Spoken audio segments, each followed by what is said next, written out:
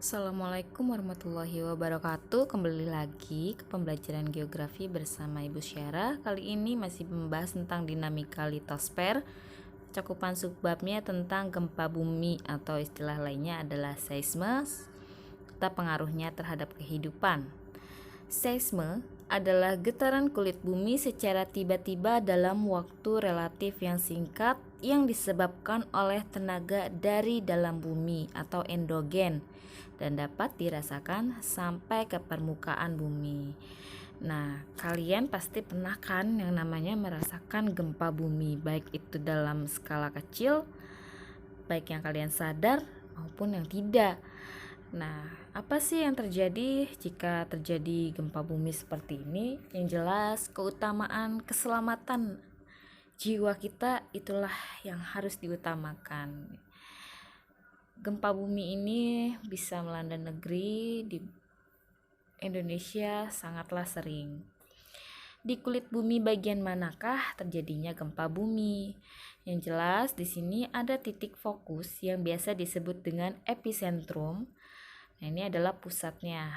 Nah, pusatnya ini merambat hingga ke bagian atas bumi, hingga ke daerah-daerah yang terdampak.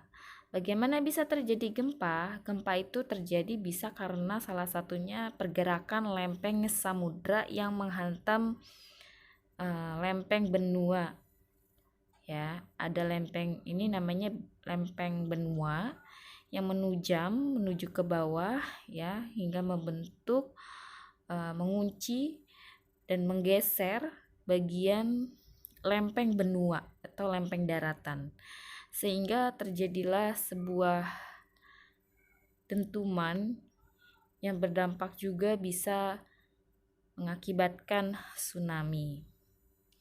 Dan di daratan terkena dampaknya berupa guncangan yang sangat besar. Ya, seperti inilah gambarannya. Gempa bumi pernah terjadi pada saat tsunami Aceh sekitar 9,2 itu kekuatannya skala liter. Terjadi pada tahun 26 Desember 2004. Nah, ini dampaknya ketika Aceh sebelum dan sesudah terkena tsunami. 9, magnitudo kekuatannya sehingga sangat menggemparkan dunia pada saat itu. Lalu gempa bumi dan tsunami Palu dan Donggala sekitar 7,4 magnitudo itu terjadi sekitar 28 September 2018. Jembatan Kuning menjadi hancur saat itu. Lalu gempa bumi Jogja 5,9 magnitudo 27 Mei 2006. Tidak semua gempa yang terjadi di lautan berdampak pada tsunami. Seperti di Jogja ya, ini karena kekuatannya 5,9 magnitudo. Kalau tsunami itu biasanya terjadi 6,5 magnitudo. Meskipun seperti 5,9 magnitudo, itu dampaknya juga besar sekali terhadap daratannya. Lalu ada juga di Bolivia itu tahun 2018. Nah, ini terjadi karena dentuman antara ocean dan benua. Nah, terjadilah gempa bumi Lombok. Ini yang terjadi di daratan.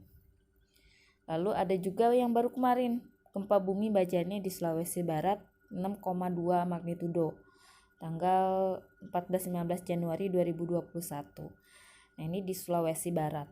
Nah, ini adalah kantor bupati pada saat itu ya. Keadaannya masih bagus sebelum gempa, lalu setelah gempa hancur lebur, hampir rata dengan tanah. Terjadi juga longsor dan menjatuhkan bebatuan-batuan besar. Nah, gempa Majene ini di Sulawesi Barat juga terjadi karena sesar naik Mamuju atau Mamuju terus.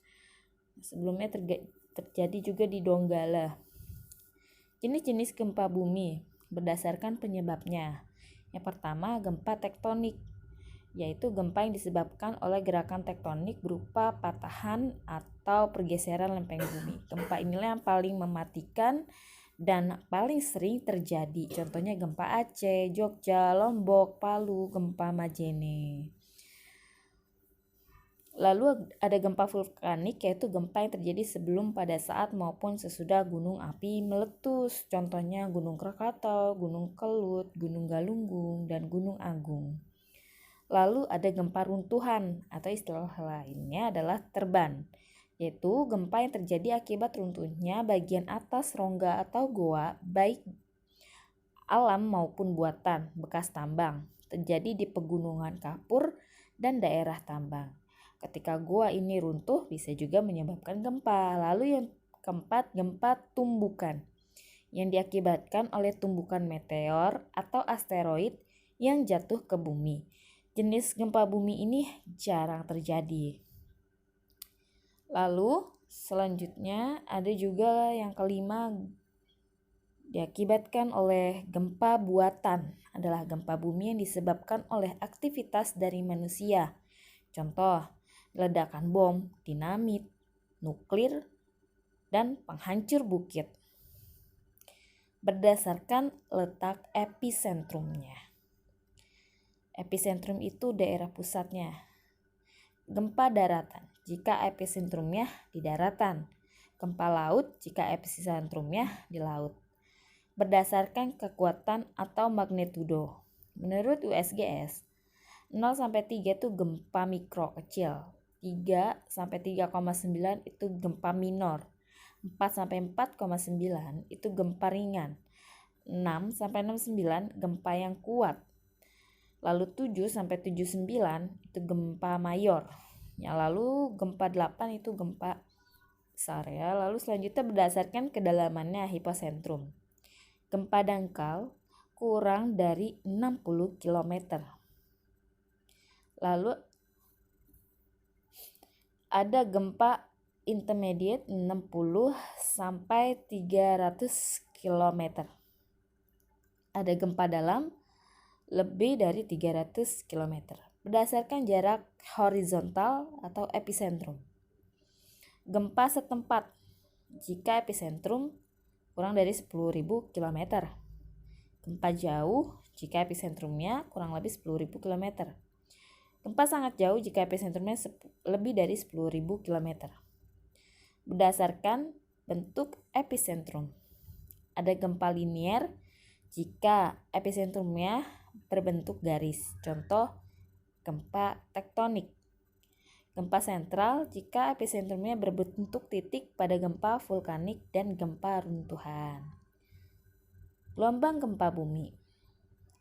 Yang pertama ada body wave, gelombang gempa yang merambat di dalam bumi.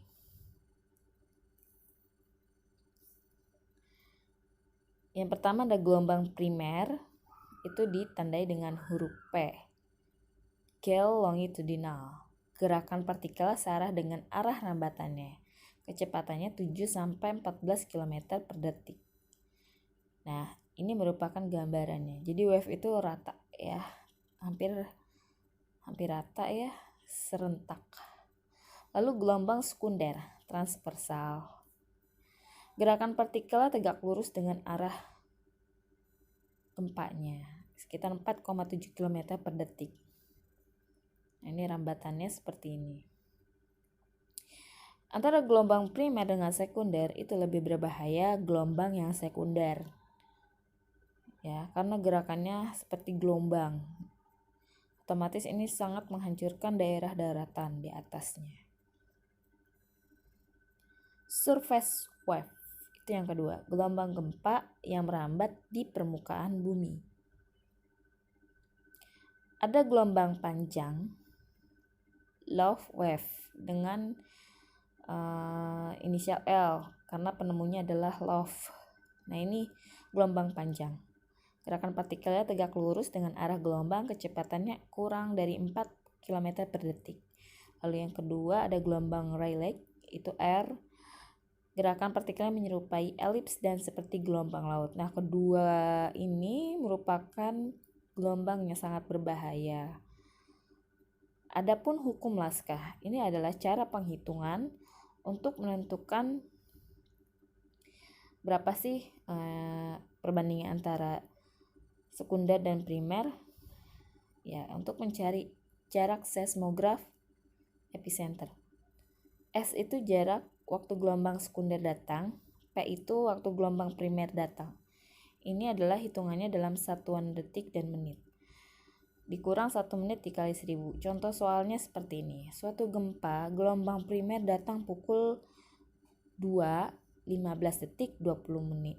15 menit 20 detik. Dan gelombang sekunder tiba pukul 2, 22 menit 50 detik.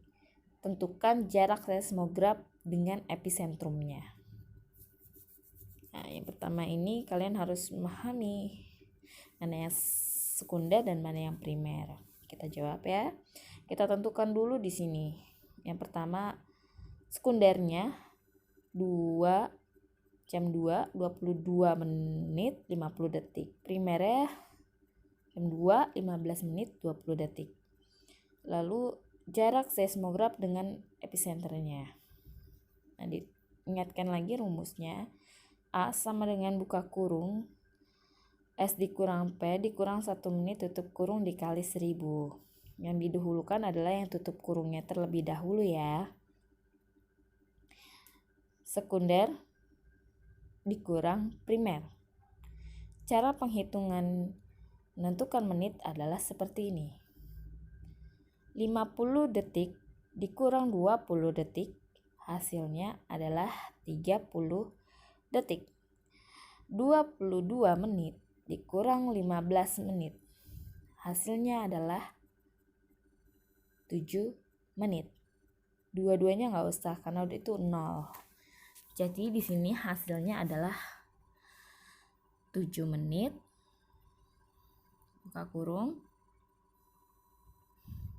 Hasil dari S dan P, sekunder dan primer adalah 7 menit 30 detik dikurang 1 menit. Menit itu ingat ya, kutipannya 1. Kalau detik kutipannya 2. Lalu nanti yang dikurangi adalah menit dengan menit, detik dengan detik. Nah, 7,30 menit. 7 menit 30 detik dikurang 1 menit. Ini harus dirubah dulu 1 menit. Nah, jadi yang dirubah itu 30 detiknya ini harus dijadikan menit. 30 dibagi 60. 60 itu 1 menit 60 detik ya. Jadi hasilnya adalah 7,5 dikurang 1 menit. Ya. Hasilnya adalah 6,5 menit dikali 1000. Hasilnya adalah 6.500 km. Jadi jarak seismograf dengan epicentrum adalah 6.500 km. Seperti itu. Nanti kalau ada yang ingin ditanyakan silakan langsung tanya ke ibu ya. Istilah dalam gempa bumi.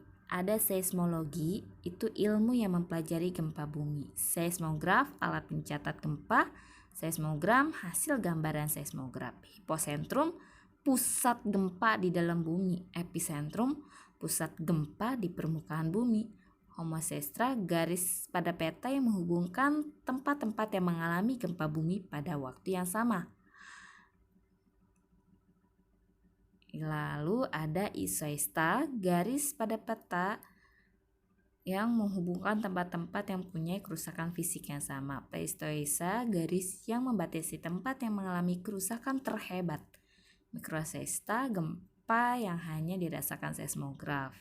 Makroseista adalah gempa besar yang dapat dirasakan oleh manusia. Pengaruh seisme bagi kehidupan manusia.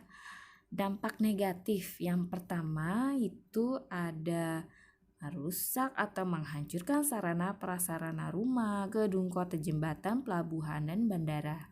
Yang kedua, menimbulkan korban jiwa dan harta benda, menghambat atau menghentikan transportasi dan komunikasi.